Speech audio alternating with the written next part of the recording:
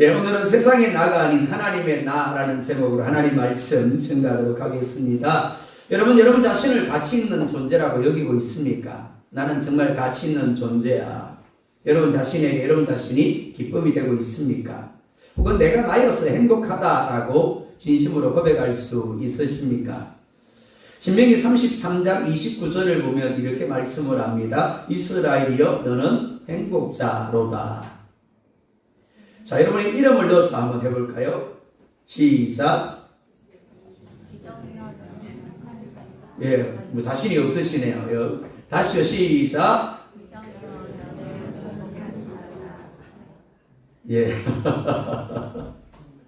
서반장 3장 17절에 또한 이렇게 말씀을 합니다. 함께 봅니다. 시작. 너희 하나님 여호와가 너희 가운데 계시니 그는 구원을 베푸실 전능자이시라. 그라 너로 말미암아 기쁨을 이기지 못하시며 너를 잠잠히 사랑하시며 너로 말미암아 즐거이 부르며 기뻐하시리라 하리라. 아멘. 하나님이 어떻게 하신다고요? 너로 말미암아 기쁨을 이기지 못하시며 또요 너를 잠잠히 사랑하시며 또요 너로 말미암아 즐거이 노래 부르며 또요 기뻐하시리라.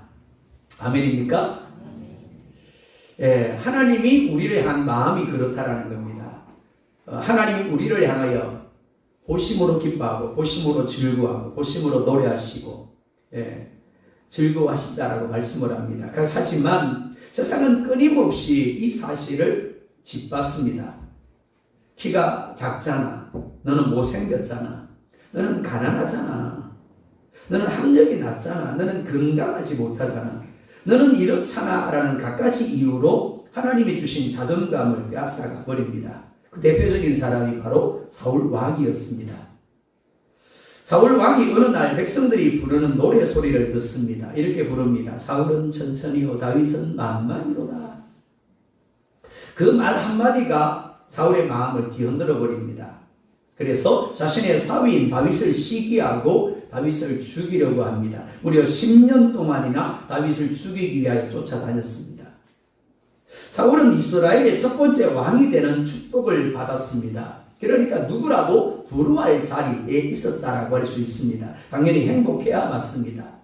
하지만 그런 왕의 자리에 있음으로 인하여 하루도 행복하지 못했습니다. 왜 그랬을까요? 자신을 가치 있는 존재로 여기지 못했기 때문입니다. 그래서 자신을 기뻐하지 못했습니다. 그러다 보니까 누군가가 기분 나쁜 말 한마디만 던져도 예민하게 반응할 수밖에 없었고 늘 다른 사람과 비교하며 불평을 쏟아내고 불안한 삶을 살 수밖에 없었습니다. 그래서 왕으로 세움을 받는 축복을 누리고 있으면서도 한 번도 왕으로서의 정체성, 왕으로서의 자존감을 갖지 못했습니다. 그러다가 비참하게 길보아 산에서 블레셋 사람들에 의해서 결국 죽은 겁니다. 하지만 다윗은 시편 139편 13절과 14절에서 이렇게 고백을 합니다. 함께 볼까요? 시작.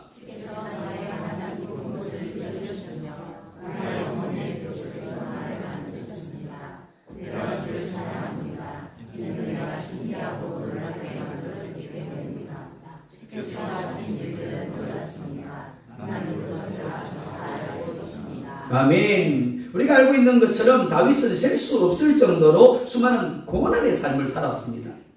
일반적으로 우리가 생각하는 다윗은 어떻습니까? 전무후무한 복을 받았더라입니다. 하지만 그건 한 면인 거예요. 나머지 한 면은 그야말로 고난으로 꽉 찼습니다. 끊임없이 그의 삶에 고난이 주어졌습니다. 무엇보다 그는 아버지 이새에게조차도 인정받지 못하는 존재감 없는 아들이었습니다. 어느 날 하나님의 명령을 받은 사무엘이 이새 집을 방문합니다. 당연히 아버지 이새는 모든 아들을 다 불러 모아서 사무엘과 함께 해야 맞습니다. 하지만 다른 아들은 들에 있을 때 불러서 집에서 사무엘과 함께 하게 하면서도 다윗만큼은 넌 오지 않아도 돼. 너는 그냥 들에서 양들을 지키고 있어. 그리고 그 자리에 있게 했습니다. 그리고 무려 10년이라는 시간 동안 사울에게 쫓겨다니는 도망자의 삶을 살았습니다. 자, 여러분이 이런 다윗의 입장이라면 어떻겠습니까? 아버지조차도 부모조차도 나의 존재감을 인정하지 못하는, 넌 특별하지 않아. 넌 별 볼 일 없는 애야. 넌 잘 될 수가 없어. 늘 그런 소리를 듣고 자란다면 어떨까요? 좀 잘 되는가 싶었는데 어느 날부터 계속해서 도망을 다녀가는 삶이라면 어떨까요? 나는 특별한 존재야. 그럴 수 있을까요? 나는 행복한 존재야라고 생각할 수 있겠습니까? 누가 이런 삶에 대하여 감사할 수 있을까요? 아마 아무도 없을 겁니다. 하지만 다윗은 자신을 하나님이 지으시고 만드신 존재라고 고백을 합니다. 미리 신기하고 놀랍게 만들어졌다라고 고백하고 주께서 놀라운 일을 행하셨다라고 고백을 합니다. 그로 인하여 내가 주를 찬양합니다라고 고백을 합니다.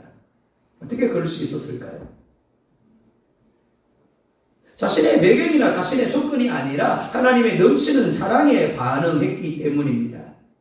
즉 자신을 둘러싼 상황이나 환경 그리고 자신의 조건이 아닌 자신을 택하고 자신을 사랑해 주시는 그리고 함께 하시는 하나님의 마음에 반응한 겁니다.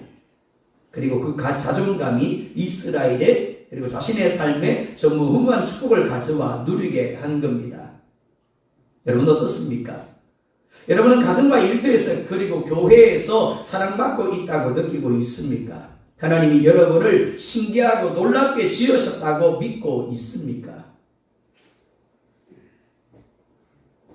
언젠가 서울 수초동 소년법정에서 한 사건이 있었습니다.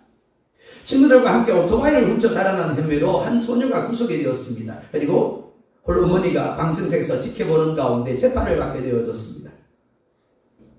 순중이 법정 안에 중년 여성 부장판사가 들어옵니다. 이미 무거운 판결을 예상하고 잔뜩 움츠리고 있는 소녀를 향해서 자리에서 일어나라고 합니다. 그리고 이렇게 요구합니다. 이제부터 내가 하는 말을 따라해. 그리고 이렇게 이야기합니다. 나는 이 세상에서 가장 멋지게 생겼다. 예상치 못한 판사의 요구에 머뭇거리던 소녀는 작은 목소리로 겨우 따라했습니다. 나는 이 세상에서 가장 멋지게 생겼다.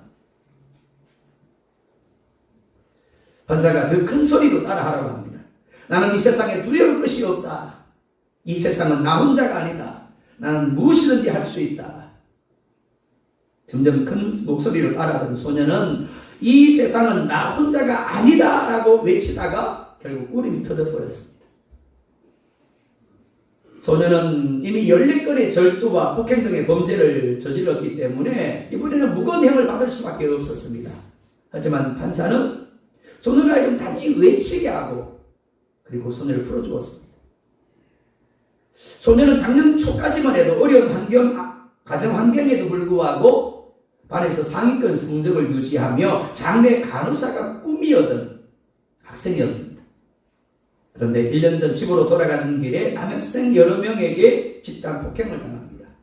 그리고 미래에 대한 절망으로 삶이 송두리째 바뀌어져 버렸습니다.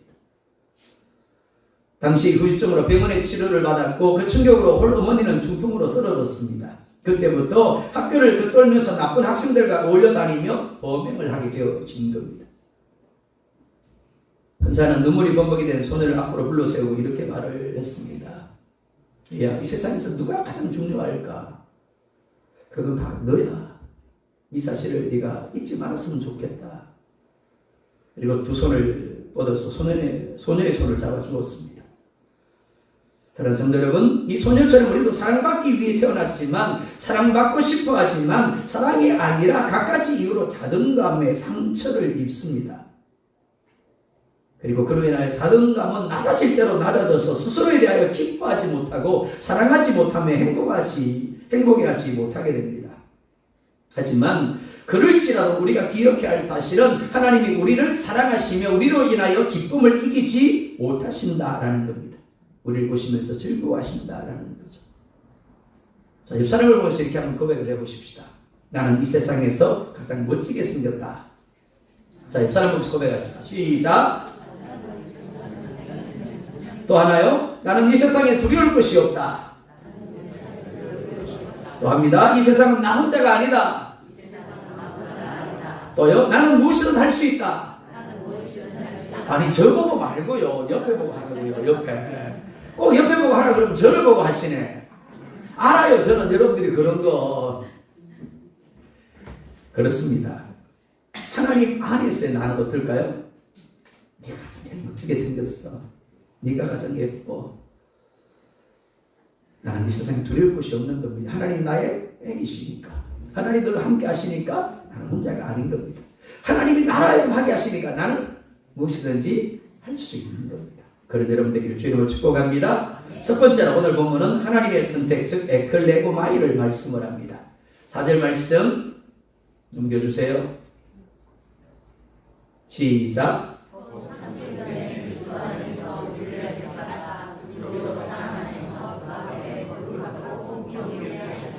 아멘. 이렇게 말씀을 합니다. 창세전에 그리스도 안에서 우리를 택하셨다. 택하셨다라는 말, 에클레고마이라는 헬라어를 씁니다. 이 말은 스스로 기쁘게 선택하다라는 의미입니다. 즉 조건을 보고 고른 것이 아니라 하나님의 기쁨에 근거하여 선택하셨다라는 것이 에클레고마입니다. 세상에는 선택이 조건적입니다.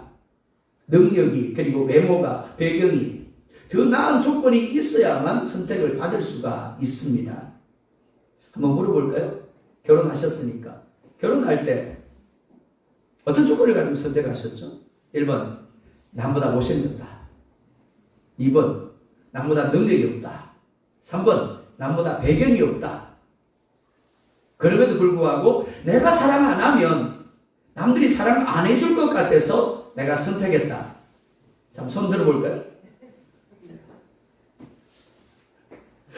안타깝게도 한 분도 없네요. 내가 보기에는 그 누구보다 잘생긴 것 같아. 누구보다 능력 있는 것 같아. 누구보다 뛰어난 것 같아. 그렇지 않나요? 그래서 내 안에 사랑이 불일 듯 일어났죠. 그래서 아마 결혼하셨을 겁니다. 세상의 선택은 그러하다라는 겁니다. 서울에 새벽마다 구로에 가면 인력시장이라는 곳이 열립니다. 새벽 4시가 되면 수백 명의 사람들이 그 인력시장에 몰려옵니다. 그 사람들은 그곳에서 오직 하나입니다. 선택받기 원하는 거죠. 하지만 모두가 선택을 받는 것은 아닙니다. 어떤 사람은 선택을 받아서 기뻐하며 즐거워하며 일할 곳으로 갑니다. 하지만 어떤 사람은 하루 종일 그곳에 머물러 있어도 선택을 받지 못합니다.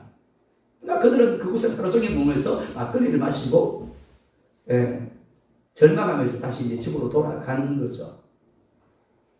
선택을 받은 사람들은 분명히 남은 사람들보다 더 나은 조건과 더 나은 자격을 가졌기 때문일 겁니다.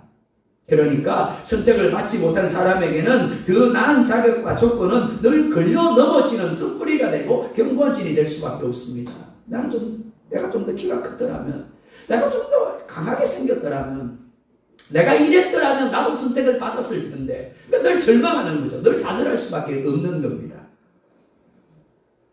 세상의 모든 일들이 그러합니다. 삶의 현장에서 더 나은 조건, 더 나은 자격을 갖지 못한 것 때문에 얼마나 많은 상처를 받고 얼마나 많은 좌절감을 경험하는지 모릅니다. 키가 작다라는 것, 못생겼다라는 것, 못 배운다는 것, 그리고 가난하기 때문에 상처를 받고 좌절감을 경험합니다. 그런데 세상은 그러한데 하나님은 다르다라는 겁니다. 하나님은 수많은 사람들 중에서 우리를 고르고 고르셔서 선택하셨습니다. 그런데 기쁨으로 우리를 선택하셨다라고 말씀을 합니다. 특별히 하나님이 우리를 고르시고 선택하신 때를 이렇게 말씀을 합니다. 창세전에. 한번 물어볼까요? 창세전에 여러분 어디서 뭘 하고 계셨어요? 답은 없었다입니다. 없었다예요. 우리는 존재하지도 않았습니다. 그러니까 창세전에 하나님이 우리를 택하셨다는 것은 우리가 가진 어떤 조건이나 자격이 근거가 되지 않았음을 말씀하는 겁니다. 우리가 어떤 선한 해결을 했다거나, 우리가 돈이 많다거나, 혹은 우리가 성격이 좋다거나, 혹은 우리가 잘생겼다거나 하는 우리가 가진 어떤 조건이나 자격이 아니라는 겁니다. 즉 자격이 안 되고 조건이 없었음에도 불구하고 기쁨으로 선택하셨다라는 겁니다. 하나님의 선택은 자격이나 조건으로 말미암은 것이 아닙니다. 은혜로 말미암은 겁니다. 고린도전서 1장 27절에 이렇게 말씀을 합니다. 함께 볼까요? 시작.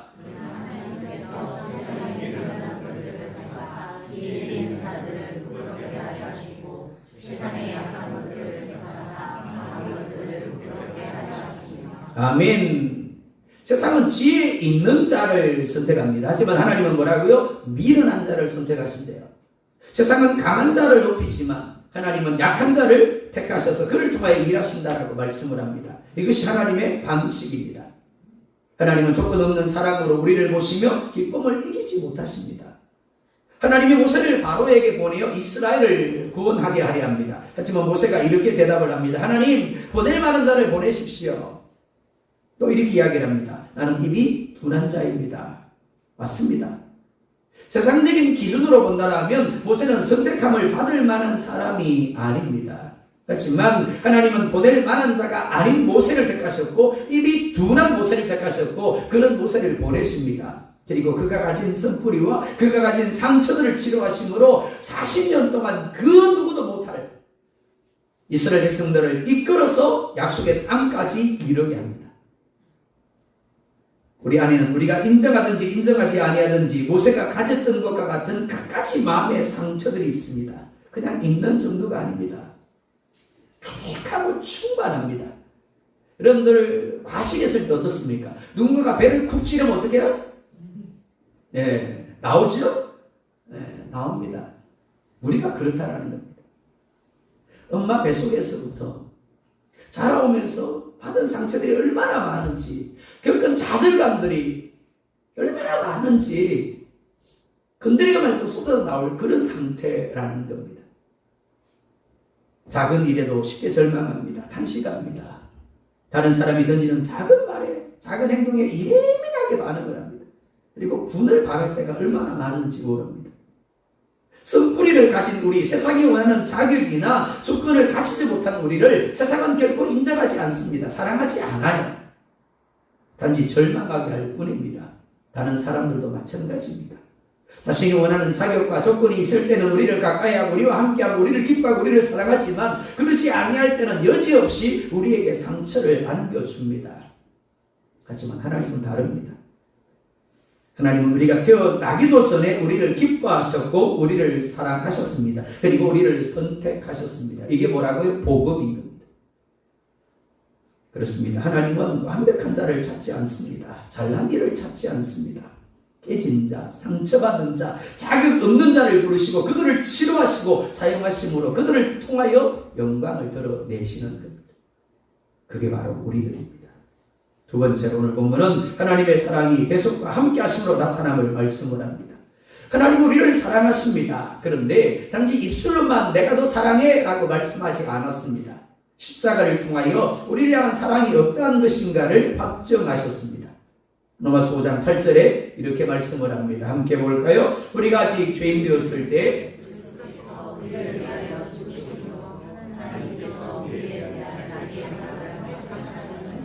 아멘. 하나님은 하나님이 우리를 얼마나 사랑하는가를 보여주시기 위하여 자기 아들 예수님을 십자가에서 죽게 하셨습니다. 사랑은 결코 이론이 아닙니다. 사랑은 동사이고 행동입니다. 그러니까 반드시 어떻게 해요?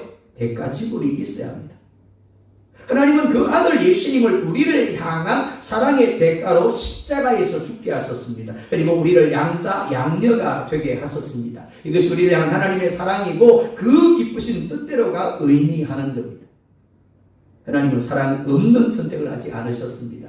사랑하기 때문에 선택하셨고 선택하셨기 때문에 끝까지 사랑하십니다.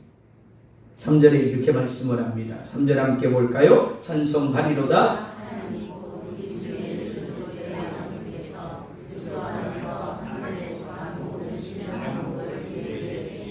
아멘. 출애굽한 이스라엘 백성들은 다른 민족, 다른 백성들이 누리지 못했던 엄청난 축복들을 누렸습니다. 근데 한번 물어볼까요? 이스라엘 백성이 누린 복 중에서 가장 큰 복이 뭘까요?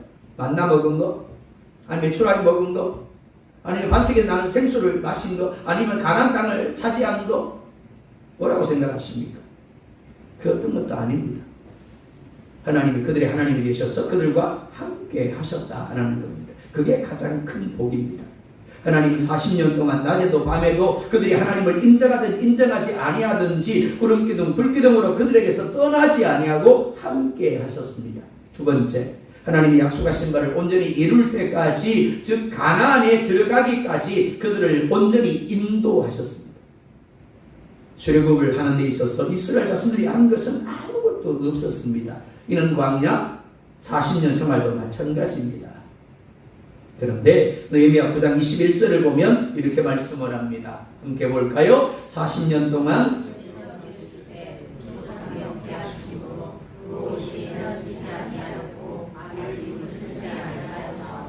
아멘. 하나님이 여러분들과 함께하고 계심을 믿습니까? 어떻게 해요? 네, 여러분들이 기도해 주신 덕분에 대마도를 잘 다녀왔습니다. 잘 다녀왔는데 우리 장로님, 우리 권사님이 참 고생을 많이 했어요. 장로님과 권사님만 고생한 게 아니고 다 고생했습니다. 배가 2번이나 딜레이가 됐습니다. 연기가 됐어요. 풍랑이 높아가지고. 그 전날에는 배가 아예 결항이 됐다고 합니다. 풍랑이 높아서. 그래서 나와야 될 사람들이 나오지 못하고 대마도에 있었다고 합니다. 그러니까 풍랑이 높아가지고 갈 수 없는 상황이지만 또 갈 수 있는 상황이었습니다. 그래서 출발을 했어요. 어땠을까요? 놀이동산에 가면 이런 거 있죠. 네. 저는 이런 거 잘 못합니다. 와, 배를 타는데 처음으로 배가 그렇게 흔들리는 걸 경험을 했습니다. 파도가 치는데요, 꽝 하는 겁니다. 배가 부서질 듯이. 꽝! 그러고는 배가 밀려나면서 꽝! 이러는 거죠. 네, 그 순간 사람들이 어떻게 반응했을까요? 와! 그러는 겁니다.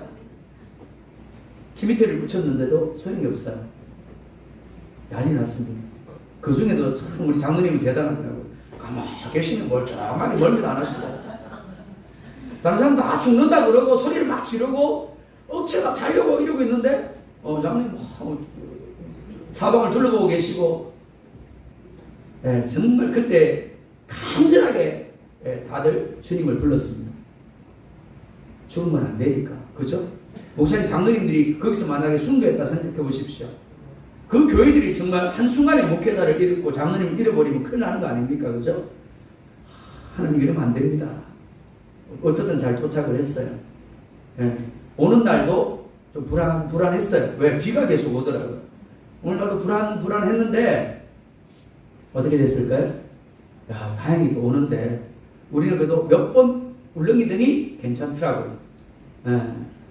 근데 우리 다음 배는 결항이 됐어요. 자기들 이야기 아니라고 그냥 이러고 있네. 할렐루야죠? 누가 함께 하셨다? 하나님. 그렇습니다. 평상시에 우리가 일상에서는 하나님이 우리와 함께 한다는 거 별로 실감 안 납니다. 왜? 어제와 오늘이 별반 다르지 않고 그냥 자연스러운 일상으로 여겨지기 때문입니다. 그러나 위기 가운데 있으면 어떡하고요? 정말 하나님 나와 함께 하시는구나. 하나님 나를 지켜주시는구나. 하나님 나를 보호하시는구나를 실감하게 되는 거죠. 그렇습니다. 이스라엘 백성도 마찬가지입니다. 하나님께서 이스라엘 백성들 하여금 줄이지 아니하도록 아침에는 만나를 내려주시고 저녁에는 메추라기를 내려주셨습니다. 뿐만 아닙니다. 반석에서 생수가 나게 하심으로 마시게 하셨고 40년 동안을 걸었는데도 불구하고 발이 부르트지 않았어요. 뿐만이 아닙니다. 의복이 헤어지지 않았어요. 그리고 부족함이 없게 하셨습니다. 뿐만이 아닙니다. 마침내 약속하신 가나안 땅을 차지하게 하셨습니다. 이스라엘이 그런 복을 누릴 만한 자격이나 조건을 가졌기 때문이 아닙니다. 그들이 하나님을 향해 잘했기 때문이 아니라는 겁니다. 이스라엘은 하나님의 사랑이, 하나님의 인내가 그렇게 하게 한 거예요. 사사기 6장 12절에 이렇게 말씀을 합니다. 함께 볼까요? 여호와의 사자가 기드온에게 나타나 이르되 큰 용사여 여호와께서 너와 함께 계시도다 하매 아멘. 기드온은 이스라엘을 지배하고 있던 미디안 사람들이 두려워서 숨어서 포도주 틀에서 밀을 하나씩 깔 정도로 소심하고 겁이 많은 사람입니다. 그런데 하나님이 그를 찾아오십니다. 그리고 그에게 이렇게 말씀을 합니다. 큰 용사여. 큰 용사인가요? 아닙니다. 그의 자격만 두고 본다라면, 그가 가진 조건만 두고 본다라면 큰 용사가 아닌 겁니다. 오히려 소심한 거예요. A뿔입니다. A뿔이에요. 그런데 큰 용사여라고 말씀을 합니다. 그 이유를 이렇게 말씀을 합니다. 여호와께서 너와 함께 계시도다. 그렇습니다. 극소심한 기드온이었지만 하나님이 함께 하심으로 말미암아 그가 어떻게 된다고요? 그가 가진 자격이나 그가 가진 조건이나 그가 가진 환경을 초월하여 큰 용사로 하나님이 쓰임받게 하셨다. 그래서 나팔과 횃불을 감춘 항아리를 든 300명만으로 철병거를 가진 13만 5천 700명의 미디안을 물리치는 거예요. 마찬가지입니다. 세상 앞에서 우리의 조건, 우리의 자격을 보면 우리는 소심해질 수밖에 없습니다. 그리고 겁먹을 수밖에 없습니다. 내일이 두려운 거죠. 내일이 불안할 수밖에 없는 거예요. 우리 교회는 이런데, 나는 이런데, 우리 가정은 이런데, 우리 아들, 우리 딸은 이런데, 맞습니다. 우리의 자격, 우리의 조건을 보면 그렇게 생각할 수밖에 없어요. 그런데 다행히도 이렇게 말씀을 합니다. 하나님이 우리와 함께하고 계십니다. 그렇습니다. 하나님이 우리와 함께하고 계시며 그 하나님 우리의 삶을 인도해 가고 계십니다. 그렇기 때문에 우리가 가진 조건이나 우리가 가진 자격은 아무런 의미가 없는 겁니다. 하나님의 능력만이 드러나게 되어지는 겁니다. 사랑하는 여러분 하나님이 독생자 예수 그리스도를 내어주시면서까지 사랑하는 존재임을 믿으시기 바랍니다. 그리고 하나님이 함께 하심으로 여러분의 자격과 여러분의 조건과는 상관없이 큰 용사가 되게 하셨음을 믿으시기 바랍니다. 로마서 8장 32절에 이렇게 말씀을 합니다. 함께 봅니다. 자기 아들을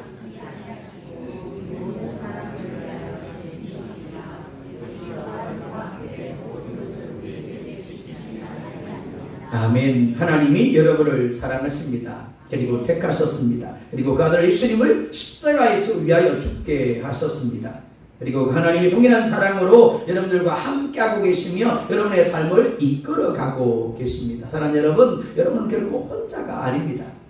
아들을 내어주시면서까지 택하시고 자녀로 삼으신 사랑의 하나님이 늘 함께하고 있습니다. 그리고 그 하나님이 결코 떠나지 아니하시며 반드시 우리를 천국에 이르도록 인도하실 것입니다. 그렇기 때문에 여러분 자신을 부정하지 말고 하나님의 눈으로 여러분 자신을 바라보시기 바랍니다. 그리고 여러분을 택하시고 여러분 안에 선한 일을 시작하신 하나님의 사랑이 여러분을 그리스도 예수의 날까지 인도할 것을 확신하시기 바랍니다. 무엇보다 이 사랑에 대한 마음이 흔들릴 때마다 기도의 무릎을 꿇으십시오. 그리고 찬송하십시오. 그리고 주님의 마음을 알게 해달라고 구하시기 바랍니다. 그러면 능히 모든 상황을 견뎌낼 수 있는 사랑을 부어주시고 능히 이기게 될 것입니다. 그런 여러분들에게 주의 이름으로 축원합니다.